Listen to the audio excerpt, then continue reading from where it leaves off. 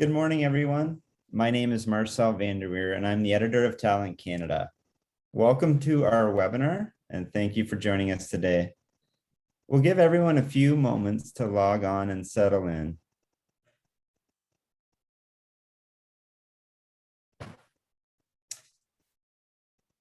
All right, once again, thanks for joining us this morning. I'm Marcel Vanderweer, the editor of Talent Canada, which is a national news and information source for employers. Today's session is entitled, How to Optimize Your Workforce During a Labor Shortage. In a few moments, I will turn the controls over to Max Trudel, Chief Operations Officer at Voila, a Canadian workforce management platform in Montreal. The focus of this webinar will be on addressing what's on every manager's mind, the current difficulties to hire and retain employees. The COVID-19 pandemic has disrupted workplaces in many ways. Most recently, employers are enduring a trend known as the Great Resignation, with a wave of workers in Canada and the US leaving their jobs for reasons such as burnout or higher pay elsewhere. Just a couple of housekeeping notes to mention before we get underway. If you have a question for Max during his presentation, please ask it via the Q&A tab. We'll keep a record of these and ask them at the end of the session. We do hope to have 10 or 15 minutes to answer your questions. Finally, we will circulate this video session to all registrants in 24 hours. With that said, I'm happy to turn the microphone over to Max. Thanks for doing this. The floor is now yours. Thanks, Marcel. So I'm really glad to be with you this morning to talk about what's on everyone's mind. So labor shortage, and I'm not here to tell you how to invent new employees. I know we're all missing some. We're all looking for the next talent to join our team. But I'm mostly going to be talking about how can we optimize and keep engaged the workforce that we have. So I keep hearing all the time that people are looking for employees, that their employees, well, they have employees that don't want to work that much. They're not available that much. So for whatever reason, they can't really optimize and get the most from their employees. So I'm going to be talking about tips that we find useful about that. And if I can just change my slide here. So we're going to talk, first of all, about who's Voila, what we do, whereas Marcel introduced workforce optimization platform. So how can this really help you make the most of your workforce? Then we're going to be talking about 4 big topics of related to the labor shortage. So recruitment, onboarding, retention, and scheduling and replacement. So how to fill all of those shifts with the employees that we managed to onboard and retain. And then, of course, we're going to have a Q&A question. So feel free to ask everything that's on your mind regarding employee and workforce management and optimization. And I'll be pleased to share a few tips with you according to that. So you can really post your question throughout the whole webinar, and Marcel will log them in, and we'll make sure to answer at the end. So I'll try to keep this short to really get the discussion going at the end and answer everything that's on your mind. This being said, I won't talk too much about myself. I'm co-founder at Voila, with a team that's been in HR software forever. Our president, Martin, actually founded Taleo, so recruitment leader, SaaS software that's been around for years. He sold it in 2012. And then we met and we decided to launch the equivalent to some extent for blue collar workers. What else do I do? I'm a radio host. I've got a show on entrepreneurship. I'm a business consultant, master's teacher. So I've done a lot of things in public speaking, some television as well in the past. But mostly I've helped people manage their business, reorganize their businesses. And that's really what we aim to do at Voila. We really aim to let people get back the time that they're wasting on things like scheduling, time and attendance management, availability management, those kind of things, which are pretty tedious, especially as you're lacking employees. So it's even harder these days when you don't have employees to manage their schedule, as obviously when you've got too many people on hand and everyone wants to work. So that's a little bit the story behind Voila. We do smart scheduling, we do time and attendance, so punch and timesheets, availability, replacement management.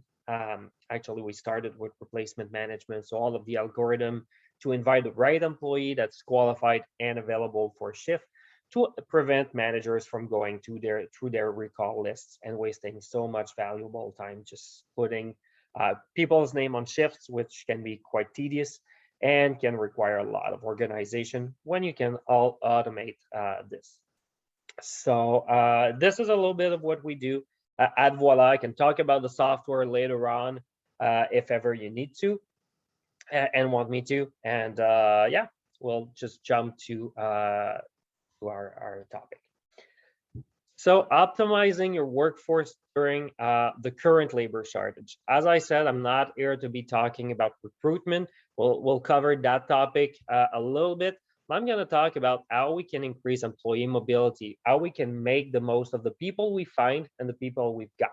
So from recruitment, onboarding of your new employees, it's really crucial to make sure we get the right people, we onboard them the right way so they're fully productive, and that we make the most of every moment they have available and when they want to work without, of course, going to overtime all the time and paying those extra fees for people who do extra hours. So we'll be looking at four main situations that are giving HR people headaches across various industries. And I'm sure you're going to find a few of those tips quite helpful. Well, at least I hope so. So maybe we can jump in to a first poll question. We were going to try to make it as interactive as we can. So please answer in all honesty those questions, and we'll be looking at the results to orient the presentation. I see they're coming in quite fast. Cool.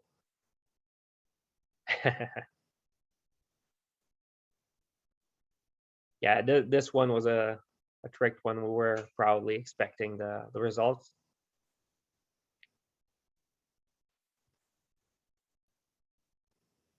Let's give ourselves about 30 seconds per question. Receiving quality candidates, actually, there are two things there. I think receiving candidates at first in some companies or some industries is art itself.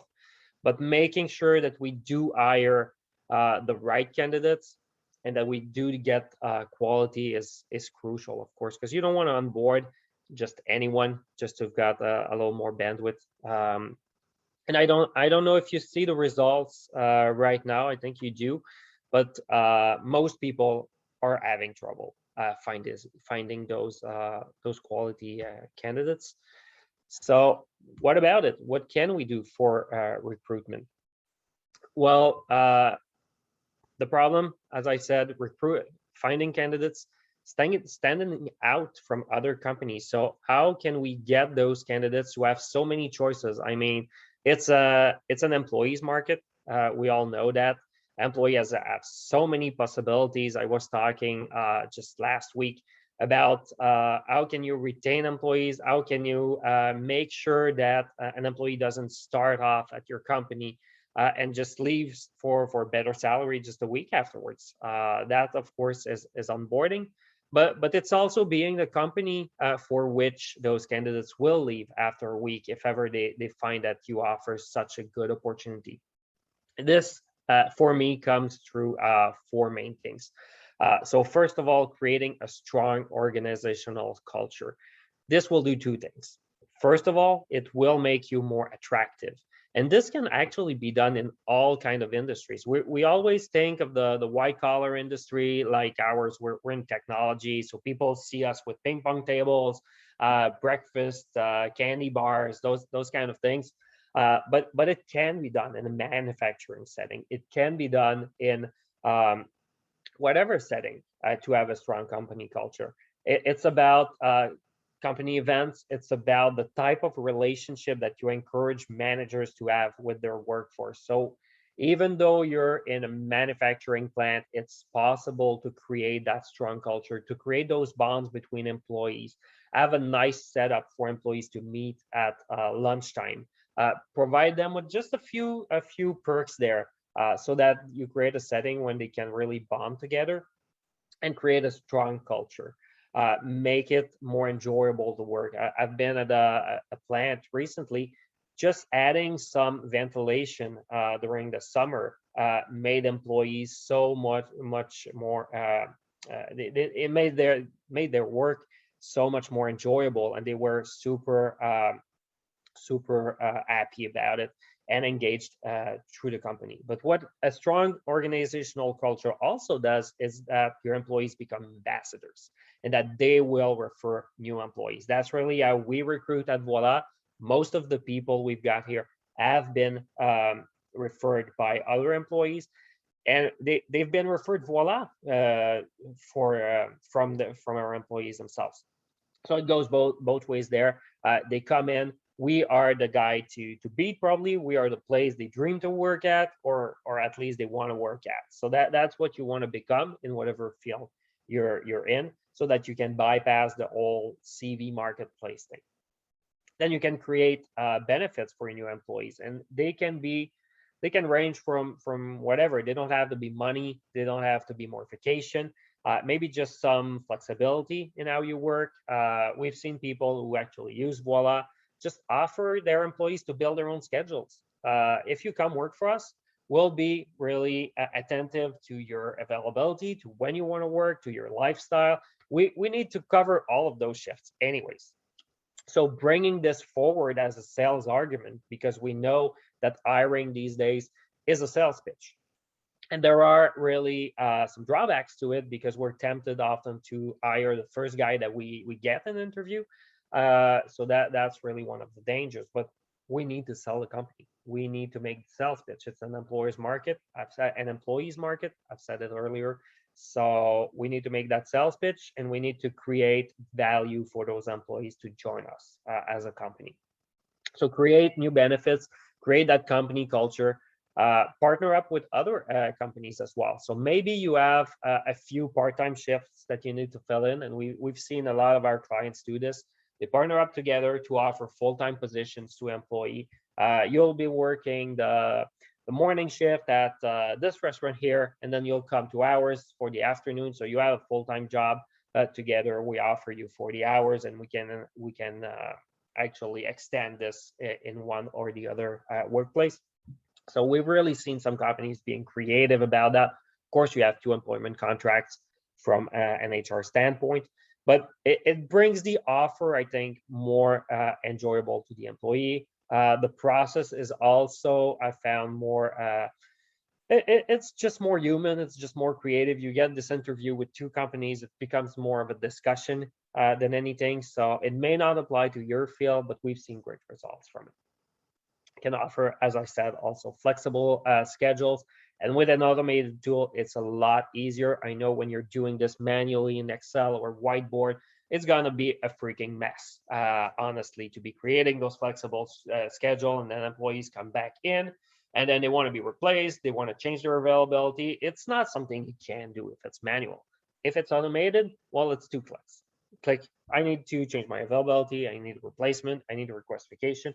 Of course, you don't have to approve all of that, but at least if you do, and if you create that policy, it will be easy for your managers to go through it, and enjoyable for your employees. And you'll probably find that employees are willing to work a lot more than you expected, maybe just not in a formal context. So sometimes they'll want to work the night shift. Sometimes they'll be available at the last minute because their plan's canceled, or they need more money in their pockets. So we've seen that this flexibility usually helps companies cover somewhere around 10% more shifts without always going into overtime, unless of course you're really lacking that many employees. So second question, second challenge that we want to target today, if we can bring up the poll. Do you have strategies in place to retain your employees? And unfortunately, I can't give you the mic, but I'd be super curious to actually see what you have in place, because it's one thing to find those employees, and it's honestly costly to find those employees. I don't know about your industry. Personally, when we try to hire someone, unless it's a referral, we'll need to pay for headhunters. It's tens of thousands of dollars. Of course, I don't want to lose that employee to the next guy on the other corner of the street. So it's still 30% of people who don't have any strategies in place to retain. So quite interesting. For those of you who do have strategies, of course, we could exchange on that for quite a while. But I'll go to what we see here. Let me just idle. Yeah. So employee dissatisfaction, lack of recognition, we've all heard it. Actually, the main reason why someone actually leaves their job is usually their manager or poor management at all. So I see lack of recognition really going into this feeling of incompetence, and changes in availability. I need you to work that shift. Well, I'm not available. My school schedule changed for the next semester, so I can't work. So I'm just gonna be leaving you as a whole. So these are the main challenges that we see here. And what we see as solutions, well, first of all, a great onboarding process and a structured onboarding process would be the key to employee retention. So you need to make a strong first impression, first of all. So make sure that your manager has scheduled time with the new hires, whatever the industry you're in, whatever the context, your managers need to take the time. Sorry about that. Take the time to really onboard your new hires and really train those new hires. Because I mentioned feeling of incompetence. Well, it's often just a lack of training that brings this up. So you need to have a nice and structured training plan for your new hires. You need to have that. Sorry. You need to have that strong training plan for your new hires. Make sure they are comfortable doing the job that they're hired for, and make sure they have support from the colleagues as well. So a partnership, a mentorship program for more senior employee to be training the new hires is crucial as well on that end. Also make sure that this mentorship program covers everything that's not on a professional standpoint, so that they are being told which are the best restaurants around, where they should park their car, what's happening around their job, so that they are part of the company culture. We've seen people also ask a few friendly questions to the new hires before they come in, and even display those on the TV in the employees room, to make sure that people kind of already knew those new hires, that they had some topics to discuss. What's your favorite food? What's whatever? What's your favorite color? What's the name of your pet? I don't know, but just to make sure that you could have some conversation with those new hires to break the ice before they actually come in. Employee satisfaction, dissatisfaction, and lack of recognition, well, that's all about communication. So make sure that HR and manager do have the time to talk to the new employees and actually do a post onboarding survey. Ask your employee how it went. What did they like? Would they need more support? What else would they have needed? Tools to do their work, equipment, communications, or whatever. So ask them and try to improve based on it. What it will also do, it will prove your employees that you're actually caring about them, that you want them to stay, and that you want them to be happy. Also, as an icebreaker, what we used to do at the place I was actually every new employee on the Friday had to bring some bakery for well, his department. What this made, well, actually, we had a lot of people from all around the world, so they were both sharing their culture. It was giving them another icebreaker, and it was a friendly context. So it did make sure that everyone was going back to a discussion. Even for former employees, they had a moment to talk around a piece of cake or whatever, and the new employee was really shining through whatever idea he had to bring. And if they weren't comfortable with that, well, they could do something else instead, of course. So training, employee satisfaction surveys, improvement in the work culture, and smart scheduling what we can do here with smart scheduling is make sure that we create a first schedule for that employee, of course, in his first week that is well balanced, but also make sure the employee has access to a few replacements, has access to a few open shifts if you're working that way from the start. So if ever you publish your schedules and the offer for work like a month in advance, maybe make sure that the new hire gets a say in something else. Maybe you'll prioritize them for replacement after they are fully trained, just so they feel that they've got an equal opportunity when compared to the other people. So you create the schedules. Of course, the most senior employees will have priority on the regular schedule, but leave some room for those new hires on more junior position, on helper or assisting position as well. Next question on fulfilling work shift. Yeah. Do you have an app to create and manage your employee leave requests? And I would add to that replacements request. So all of the changes in your workplace.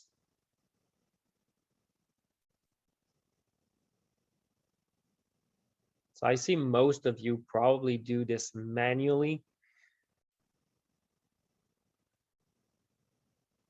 It's evening out. No.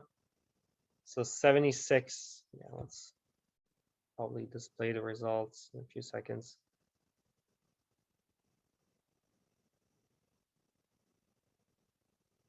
So 72% actually don't have a software to help them create and manage schedules and leave requests. So that means that every time an employee has a change in availability, you can do two things. Refuse that change and force them to come to work, or actually approve them and then go crazy about your recall list or post this on billboard. Make sure that those changes are taken into account. So challenges for fulfilling schedule go from the lack of workforce. We often hear it. It would be nice to automate everything. It would be nice to fill in those schedule, but I just don't have anyone to put in this. So everyone's already working double shifts. Well, you can always make this more enjoyable first for employees, so that at least they get to some say in which overtime shift they actually choose to fill in for. And you can also increase mobility. And we've seen this as being one of the key points in helping businesses fulfill their schedule, ideally with a minimum number of overtime hours, because they were just increasing the mobility in their employees within their business, across their branches, or even with partner businesses around that, which we call actually shift-based recruitment. So you create a network of company and you try to have your employees trained for different positions across those companies, which obviously are better off if they're in the same field or require just little training. But that prevents you from always going to staffing agencies. And we've seen restaurants, well, I'm not closed on Mondays, so you can have my employees on Monday if they want to work there. And then maybe your Monday employees, sometimes they're not available on Mondays, but would like to work for the breakfast shift. So I'm a breakfast restaurant. I could get your employees. And through a software, that could be automated. I could say, well, first of all, offer all of those shifts to my employees within my restaurant as long as they're not into overtime. And then if you don't find anyone, well, go to the other branches around. So fall back on those branches, ask around, is there an employee who's available, who wants to work, who's trained for the shift as well, of course. And then only will you go back to your initial branch to find people who would be going into overtime, or even force the shift on someone if you're really stuck without anyone. So we've seen companies for whom it did work like magic. Employees were not available at one place because they were at their parents' house in the neighboring city, and they couldn't come back, but then they were available to do a shift in that city, and that city was actually lacking workforce.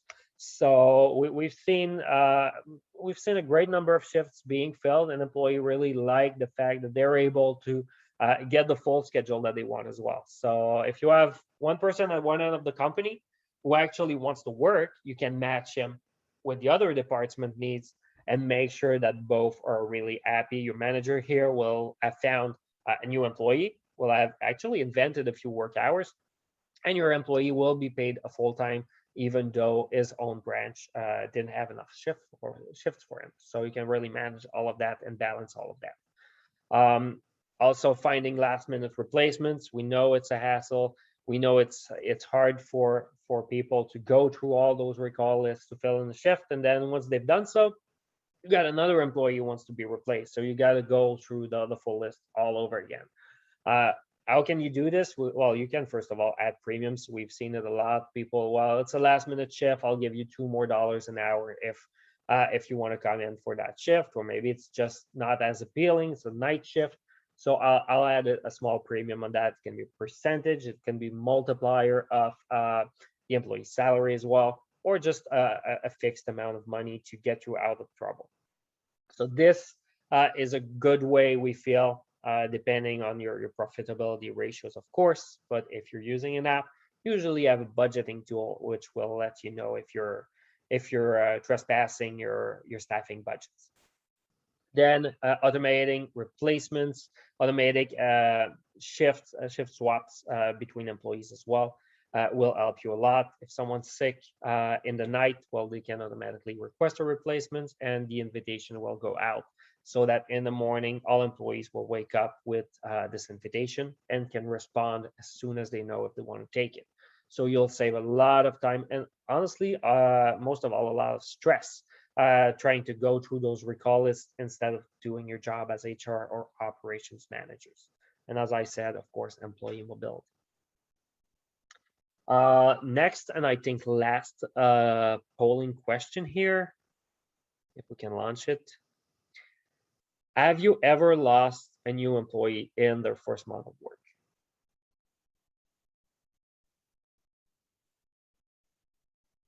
And I think it almost happened to all of us. Typically, the first day, the first month, and after 3 months are the times when employees are most vulnerable or most subject to change.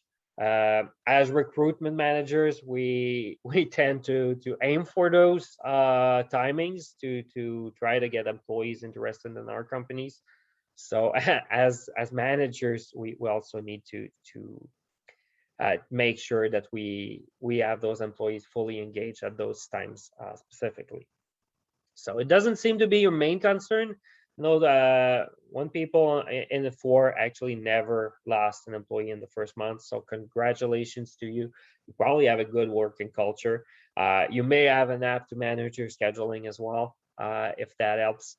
And some of you actually see it quite often. I don't know, it may be a question of industry, it may be a question of whatever we've covered so far in the presentation. But I hope that some of the tips we've given out will help you in this. So onboarding, I've talked a bit about it, but it's all about relationships. It's all about meaningful interpersonal relationships with your teams, with your manager, and training them appropriately. So honestly, I've got employees who come into my office just to vent out about personal issues. And those usually are the most engaged employees we have. So try to build that relationship. Try to go over the work thing, or the manager to employee relationship, whatever your environment. If you're someone's manager, you should care about them. You should care about them not only to actually create value and be productive for your company, but you should care about them as individuals. Whether you have 8 employees or you're managing 100, you should know their names. You should actually take a few minutes to actually care about how they're doing. Because if an employee is not doing well, whether it be at work or at home, he won't be as productive. And you can probably help him on that. So you can provide mentorship if he's stressed because of work. And these sessions usually, well, they also help employees open, and you often find that their lack of productivity is caused by something else. So maybe you can offer them, once again, more flexibility in their schedule. If you understand their reality, you'll be able to create schedules that will fit their lifestyle a lot more, and they will be thankful for it. And the more thankful they are, of course, the more engaged they will be. So try to build that bond and see it as a partnership with your employees, whether you're in a small office space and playing ping pong every lunchtime, or in a big plant where employees don't really talk to each other that often. So this mentorship strategy can work magic on that end. Try to do regular follow-ups. Once again, it may not be needed for performance purposes, but regular follow-ups actually lets your employee open. You create a bond. You became friends to some extent, and make sure that your employees actually stay. At employees, we had created such a good company culture. They actually were shy to tell me they wanted to leave. They actually came in being so thankful and almost, well, actually crying in some cases, like, yeah, I've got to leave. I've got to leave. They're paying me triple there. I've got a professional opportunity when I'm doing blue collar work here. But at the same time, I don't want to leave you guys. I don't want to leave this culture. I'm so not sure about that decision, but that money is required for me to give my family a quality lifestyle. Of course, I couldn't say anything to that. I was glad for them actually to have found this opportunity that we couldn't give because we weren't operating in their field. But that's the kind of relationship, maybe to some extreme in some cases, but it's the kind of relationship you want to aim for. You want to create that bond. You want to go and have lunch with your employees. You want really to have a strong relationship with them. And if you want more tips on onboarding, and we've put a lot of work into that, we've surveyed our clients, we've surveyed a lot of HR managers around us, but we have this onboarding guide that's available on Voila's website. Go and download it. We have a lot of different scenarios and examples of things we've seen in all kinds of companies, how they actually onboard their employees, and we've put a few handy checklists in it as well for you to be able to manage everything and make sure that you actually welcome your employees the best possible. So I will leave the floor to you now. If you have any questions, Marcel can, of course, voice them in for you, and I'll be happy to answer. I hope that a few of those tips will be of use to you. I hope that you've learned something, or at least that you've been able to point out a few different challenges and solutions for your companies across the presentation. Excellent, Max. Really appreciate your presentation. We do have some questions that have rolled in.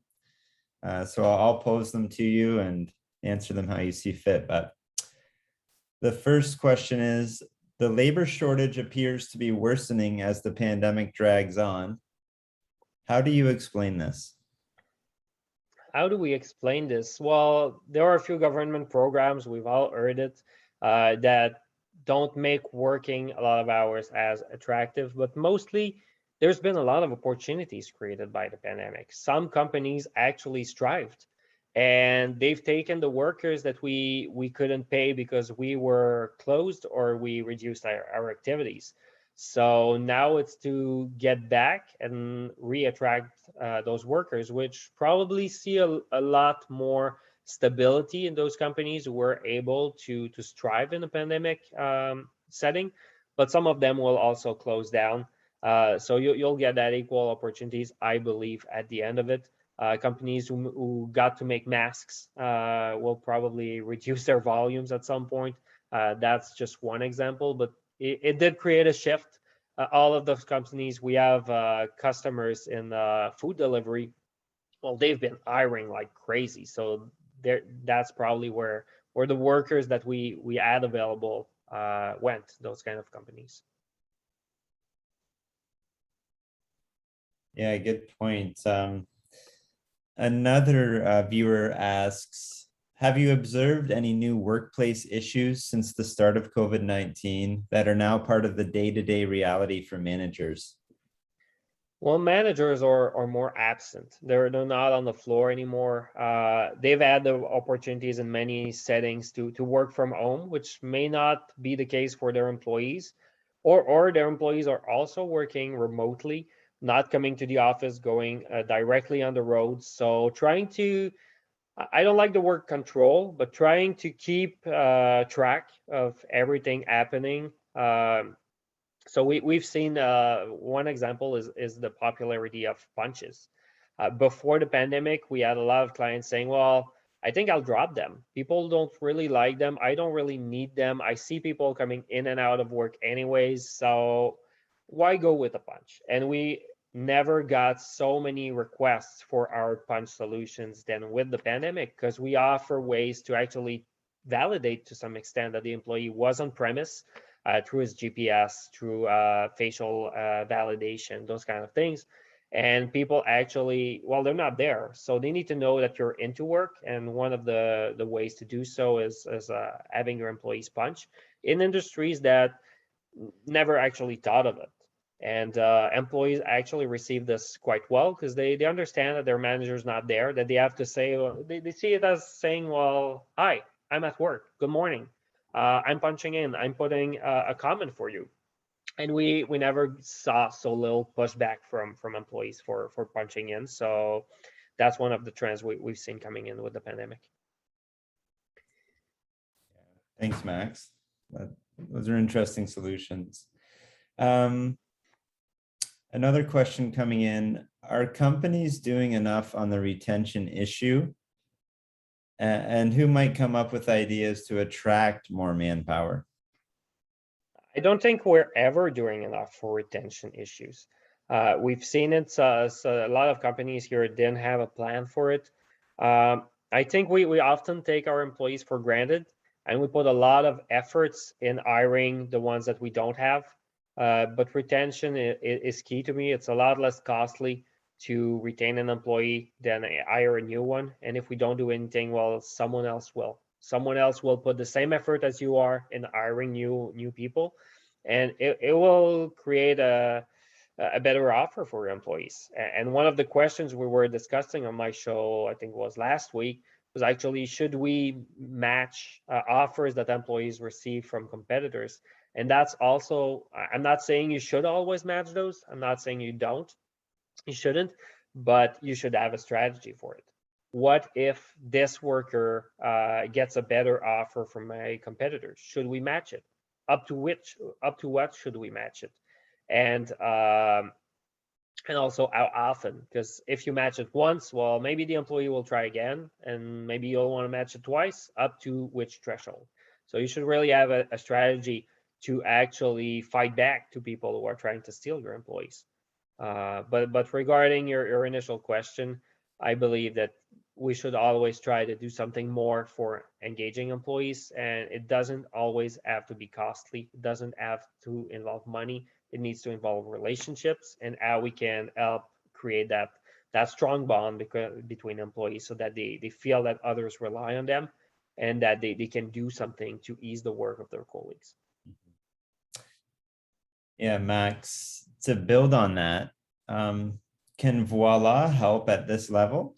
Or is it just a tool for managers to help build their schedules? I see Voila as a communication tool, first of all. So yeah, we got the messaging system, we've got the chat, which is something employees usually love. They have direct access to their managers. They can ask questions, but they also have a lot of things they can ask, I'll say automatically. Clicking on the shift, requesting a replacement, requesting your sick leave, and vacation directly in the app. So people are sometimes shy to ask for those, but then if it's through an app, they do ask for it, and they are really thankful that you approve it or let them do so. So they may not ask for their replacement, but it could be crucial for them to actually go on that doctor's appointment and see their new child in the making. And but they wouldn't be they see their colleagues work so hard all day, so they wouldn't actually dare to ask you for that.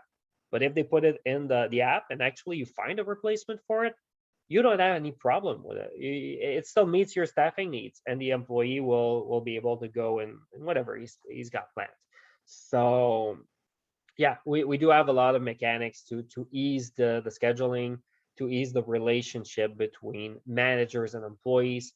Employees themselves, they can swap shift, they can ask questions. We've seen people organize conversation around ride sharing to work. They see their employees, their colleagues schedule, so they can know who can actually give them a lift. And those kind of small things around the employee communication can really help engagement. Thanks, Max. We do have a few more questions rolling in. I want to remind everyone, if you want to ask a question, just do so via the Q&A tab.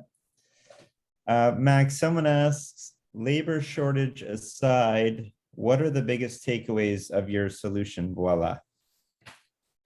It's really to, well, first of all, help streamline the processes. You can set all of your union rules, make sure that employees are offered open shift and replacement in the priority order that you want, and have this all documented. So if ever you need to go by seniority, by who owns the shift, you can program all that. You're sure that it's never bypassed. The speed at which you'll be fulfilling your schedule as well. Either you create them manually by copying schedule templates from 1 week to the next, 1 day to the next, or just creating those open shifts and see employees fill them in. We've got a great success story with the vaccination campaigns here in Quebec. They just opened so many new plants, so many new locations every week, and they have this pool of people who were about to work. They didn't even know the names of those people. They were trained on the fly. And with Voila, well, they just open shifts here and there all the time, and people just add those notifications on their phone. Just click, yeah, I want to work. I want to work. And 5 minutes later, they could be actually driving into work. So this kind of automation, if you're in an ever changing setting, which we kind of all are lately, I think that's one of the good things about Voila. It removes a lot of stress on the managers. It removes a lot of wasted time on managers as well to create the schedules, approve the requests, and also on the payroll managers, because we haven't talked about it. It's not the topic of the webinar this morning, but preparing, actually cleaning out, normalizing timesheets. That's also a really tedious work, and Voila can actually help for that. You can set a lot of rules to automatically clean up and approve timesheets for it to be sent over to payroll automatically as well. So we save a lot of time on everyone's hands. We make sure there's no error, no mistake, no double entries between your system. Everything is connected either through your HRIS or ERP or payroll system. So that's kind of what we offer: peace of mind and a great ambience across your whole company, because everyone's communicating adequately. Mm-hmm. In a nutshell. we could do a 30 minutes or 45 minutes demo just about that, but I'll stick to that for today. All right. Yeah, just so you know, we have 3 more questions at this point. This next one is, Max, if you have one piece of advice about managing the current workforce shortage for the people that are listening today, what would it be? I'll say be creative. Don't put yourself too many boundaries because of this and that. It's never been done. Try things. Seen people sharing employees, they would never have thought of that before. We've seen companies who had a more of an old school culture try things that are being done in advertising agencies, and we've seen people actually close offices. We did close one of our offices lately because people were preferring to go once in a while at the headquarters, which is 2 hours a 2 hours drive away, and meet the full team than just be in the office 2 days a week, maybe no, even though it was closer to their place. So I really, it's all about creativity. Go outside the box. Nothing's actually impossible, and try to work together to actually don't see yourself as competitors trying to recruit the same employees, but as partners who could actually solve the same problem across different industries and different businesses. Max, what tips would you give those managers who are leading teams remotely right now? Make time for communications, and not just transactional communication. We're often tempted to talk to someone only when we have a question for them, only when we have something to actually ask from them. But take the time just for quick chat. Those chats that you used to have around the coffee machine are important for company culture. Try to have them do weekly or daily heads up meetings with your team, just to see how the mood's going. see what they're going through. And people have been actually going through a lot in the past year. Once again, I was discussing yesterday examples, and people were like, yeah, you have a lot of experience to have experienced all of those situations. And I was like, no, that's only last year. We've seen so many things happening to our employees in the last year because they're stuck at home, because it's a new reality, because whatever. You need to know those things. You need to know what they're facing, and you need to adapt your work context to it so that they have a good work-life balance, meaning for you that they'll stay proactive, they'll stay productive, and they will stay engaged towards your company. It's not just about their own wellness, even though we love our employees. It's also about your company's wellness. Happy employees make productive employees. So that's what I'm aiming for. And communication, once again, is key.